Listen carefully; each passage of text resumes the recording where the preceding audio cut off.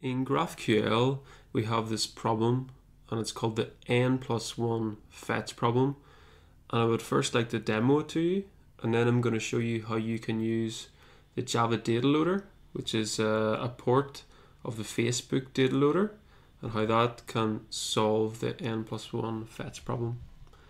So let's go into our bank account and let's add a field called balance, and we'll set this to float, and then we want it as a big decimal on the bank account. And in this example, the source that returns the bank account does not contain the balance, so we need to call an external web service or another network call to get that data. Now, the way resolvers execute in GraphQL is first it will execute the query resolver, and then it will execute any normal GraphQL resolvers, so not the GraphQL query resolvers, with the return type as the generic type. So let me show you. So if I create a bank account resolver, so we have a bank account resolver and we have a bank account query resolver, and I implement the GraphQL resolver of type bank account, and then I make this a component. And now what I'm going to do is I'm going to create a method called balance, which will accept the bank account and will return a big decimal.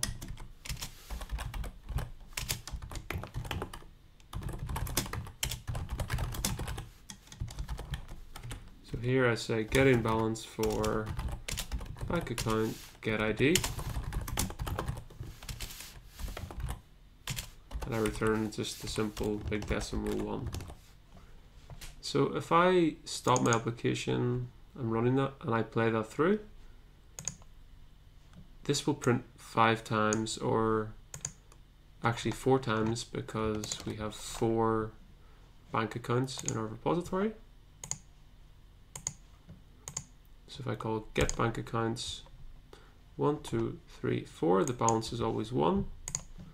And you can see here it is getting balance, getting balance, getting balance, getting balance. So it executes 4 times. And this is what we call the N+1 problem. So for every node, or every node returned from a connection, it's going to execute the bank accounts. It's going to try and resolve their fields 1 by 1 by 1. So it returns 5 bank accounts from here. Well, it's going to play the first bank account in, and then once it's got the result, it plays the second one in, and then it gets the result and it plays the third. And it can cause huge problems in a GraphQL, and your GraphQL server will basically fail and come to a grinding halt very, very quickly. Because you can imagine if you need to make a single network call for every single node in that cursor, well then you could have, in this case it would be 4 network calls, and the latency is added. So the latency of the first request will then be added to the latency of the second request, the third request, and the 4 requests. So you've got the time of 4 extra requests. And one optimization would be to execute them in parallel, but the best optimization would be to collapse them into one request. So we're going to get all the IDs and we're going to execute a batch function over the wire to return all the data. And that's the most optimal solution in terms of performance, reducing latency, and just overall system efficiency. So here, let's simulate a really slow API. So let's say that we don't care about writing good quality software. We don't know about the patterns maybe, and we just are naive and we just say, okay, let's execute. Well, you can see here, if we have a latency of 500 milliseconds per request, let's see how slow the application is going to respond. It's going to be super slow.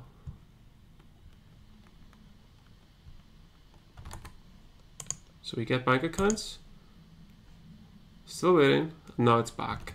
So here you can see it gets the first bank account, and then it waits, and then it gets the second, and then it waits another 500, and it gets this and this. And now you can imagine, let's say if it's 3 seconds now. So if the downstream API is performing really slow, what's going to happen? Well, this one request, you see that? See how slow it's going? It's waiting. The thread's waiting. The thread's waiting. The thread's waiting. And once more. So it took 12 seconds to complete that query. It's just totally unacceptable for any live system. So let's go and solve it. So first of all, I'm going to come back to this and I'm going to optimize this, and I'm going to use the DataLoader here. But the first thing I want to do is introduce the concept of the DataLoader. So within this GraphQL or default GraphQL server context, we can add a DataLoader registry, and that's exactly what we want to do. So I'm going to create a factory class. So a DataLoader registry factory, and that's going to create a DataLoader registry per network request. So another advanced kind of topic, you have the ability to share collapsed requests among multiple requests. So one batch can contain 2 completely different GraphQL requests IDs, but for safety reasons we only want to stick to the requests that that single user uses that are contained in the single request. So I will explain that further in another tutorial. So let's go ahead and create this class, and we're going to put this in the DataLoader package I just created. So here we have a component, and then what we want to do is create a method that will return the registry. We'll call this create. And what I want to do is I'll actually pass in the user ID, and I'll explain why in a second. So here we can say DataLoader registry. Actually, it doesn't have a builder method, so I have to create a new one. So I create a registry, and then we return the registry. So this registry will only be used for this request. We're not going to share it amongst GraphQL queries from different HTTP requests, that is. And here what we want to do is we want to register a DataLoader. So we're going to create a public constant. And this is going to be the name of the DataLoader. We're going to call this balance DataLoader. And we're creating it as a constant because we're going to reference it from the resolver, as we need to be able to pull it out of the registry. So we have balance DataLoader, and then we also need a thread pool to actually execute that batch async request in, and I'll show you that in a second. So we need an executor. We're going to say balance thread pool executor service dot executors dot new thread pool fix thread pool. So now we have the cores on the system. I want to then come and register. So what I'm going to do is pass in the key. And here what I want to do is actually create the DataLoader. So you'll see it takes in DataLoader of any type. Well, in our case, we need a DataLoader, and it will accept an ID, which is the bank account ID of a UUID. And we want to return a big decimal of the balance. And we're going to use a mapped batch DataLoader, and I will explain why we need to use that further on. So let's go ahead and create this. I'm going to say create balance DataLoader pass in the user ID, and let's create this method.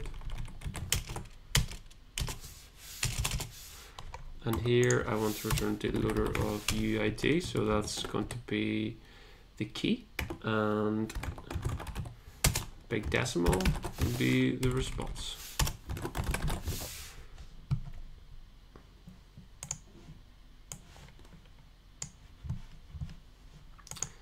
And here what we want to do is we want to go ahead and we say DataLoader dot, and this is where we get the factory methods to actually create the DataLoader. And we want a mapped DataLoader, and we want a mapped DataLoader because if you just return a normal DataLoader, it will take that. If you request 4 IDs and you return 2, it maps them in order, so it'll pass the first 2, because there's 2 entries, the first 2 bank accounts will get the values regardless of who they belong to. So you have to pass in null elements in the list coming back of the data, and that becomes a big problem because if you're, say, performing a select on a database and you have duplicate IDs from your request, well then you're gonna get missing data, because for example if you select A, and B, you're going to get A and B back from the database, so 2 values, when actually there's 3 values requested. And if it's in the order A, B, well then A and B will be returned into AA. So that is nasty, and we want to avoid that. And what the mapped one does is you return the IDs as the map IDs, and then on the requesting side, it selects back the value based on the ID it's applied, so it's perfect. So I'm going to have to explain that later more because I know it's pretty complicated, me just talking. So what we say is a map DataLoader, and here this is going to take in, as we've seen, it's just going to take in 2 values.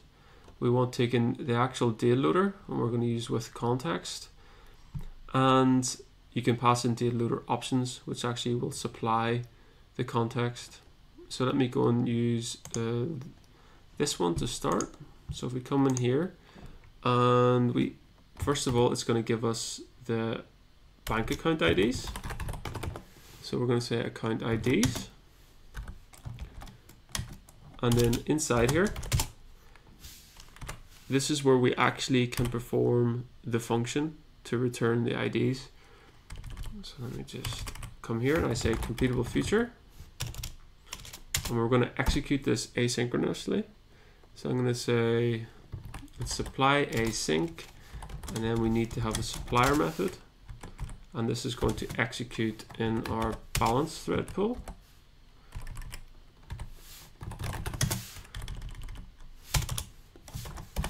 So here, this is where we actually perform the logic, and at this point I need to actually do the logic. So let me just return null for now.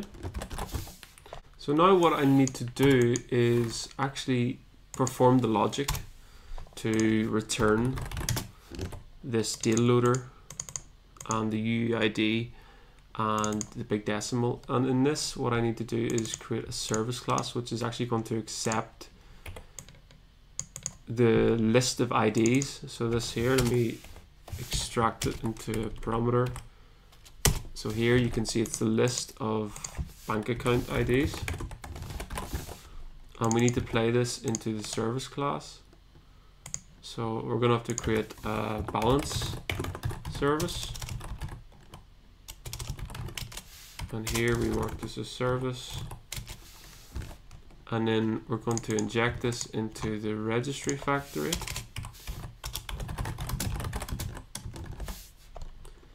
And here we mark this as required args, and we import this. And now what we need to do is actually perform the logic here. So we say balance dot, let's say get balance BAL balance for, and then we pass in the bank account IDs and also the user ID. So let's return that. And here, let's create the method. And here, what this needs to return is a map of the same type that comes in, plus the response type, which is big decimal. So you'll see there. Now we're actually going to execute the batch function here. So we're going to collapse this. So log.info requesting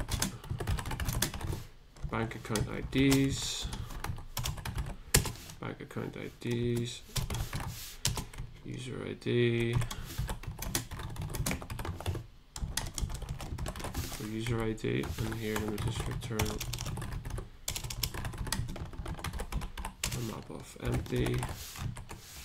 And inside here, let's collapse these into lambdas. And then let's make this a wee bit prettier. Like that. So as you can see here, now what we do is we're going to allow the DataLoader. We're creating a DataLoader that can accept a set of bank account IDs, and we're going to load these in. And I'm going to show you how from the resolver. So once all the accounts are loaded in, well then what we're going to do is execute in this thread pool this balance service.get balance 4, which is going to return a map of the same type of keys and the value.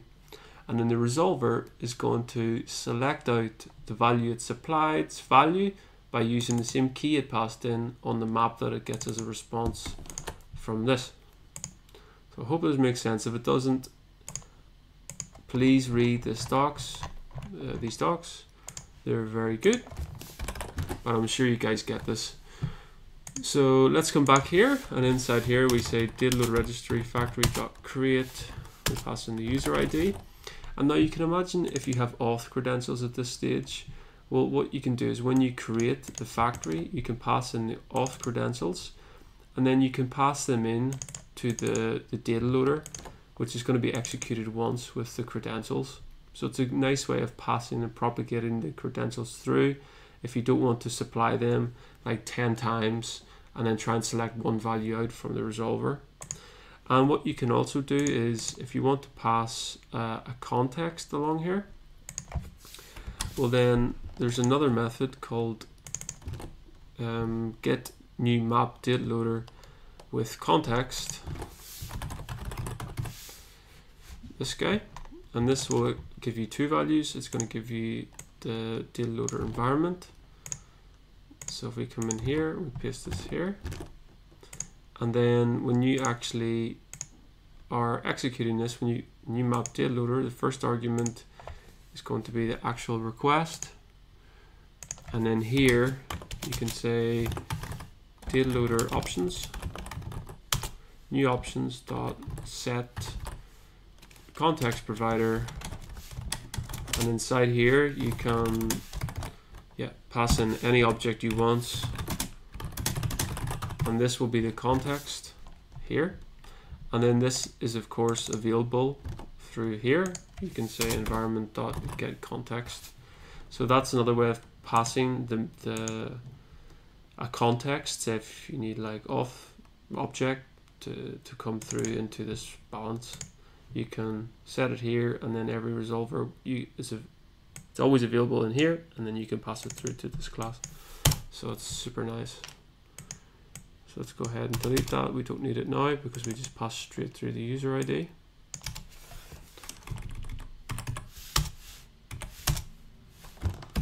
Okay, so that looks nice. Now let's go back to our resolver. So we have the bank account resolver, and in here what we need to do is actually now get the data fetching environment, which gives us access to the data fetching, what's it called? DataLoader registry. Here we have a completable future, so we're going to return like a promise, and here we're going to say environment.get DataLoader, and then we say DataLoader registry factory dot balance DataLoader, and here this is going to return a generic type, so we can what's going on here, we can set this to anything.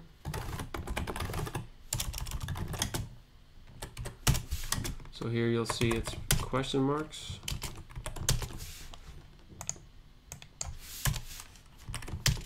It's not letting me do it. Oh. So let's set this with the type, so it's on object. So now we have the UID to decimal, and we're going to say DataLoader.load bankaccount.getID, and we'll return that, and that's it. So this is going to execute asynchronously now.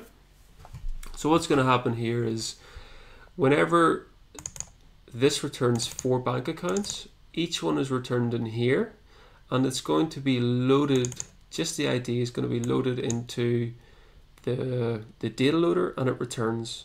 So it's returning like a promise, so it can loop through all 4 asynchronously, load the ID, and the GraphQL framework behind the scenes via Spring Boot GraphQL will dispatch this DataLoader once all of the IDs have been added in. So once the last ID, the 4th ID, has been loaded in, it calls it dispatch. And once it's hit that dispatch, well, it's going to call back into the, let me go back to this class, the DataLoader registry factory class. So it's going to come in here, and this is the actual method it's going to execute.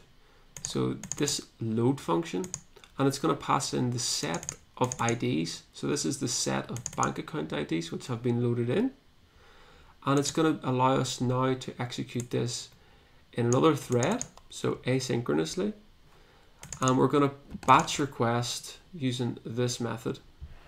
So let's go ahead and simulate this, and we'll add in 2 values.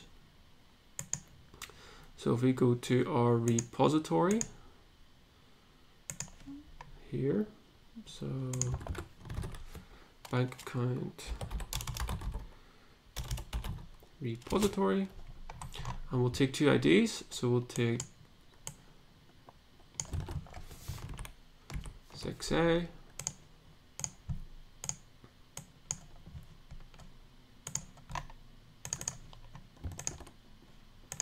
and we're going to return a map of this.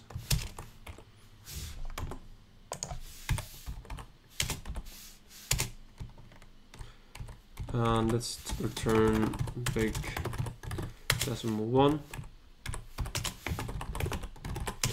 And since we're dealing with money, let's never do the long constructor, always the string constructor, and we'll take another one, 04. So we skip one and then take another. So now we have 2 entries in our response, and you'll notice the other 2 are not there, and that's fine, because what happens is the resolver that requested this in the first place, so this bank account resolver, it adds in ID, which is this UUID. Well, once the completable feature actually returns, it's going to select from the map that's returned. So it's going to select the value with the ID. So if it exists, it returns big 1 into that bank account, and if it doesn't, it just leaves it out. So that's far better than having corresponding, like returning values directly based on their position in the map, or it would be actually a list. So let's go ahead and run this.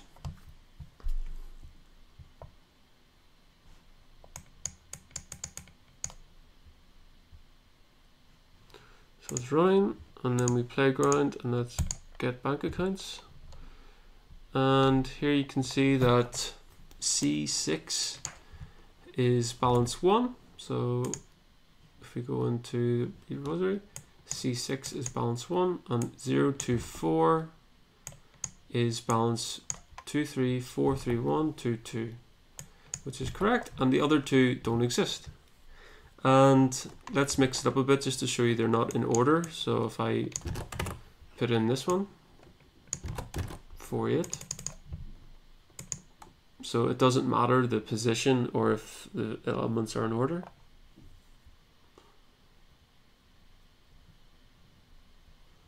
So I come back here and let me play that again. You'll see that now the balance is on 48, which is the one at the bottom. So these two always just select from the map and we'll select the value that does not exist, so it returns null. So that's how you do a data loader, and this is super excellent. You need this in production application, otherwise you're going to come to a grinding halt very fast. And you can see here it's requesting the bank account for IDs. You can see the balance service is being executed with this batch function 1, 2, 3, 4 for the IDs. So this is the hook point.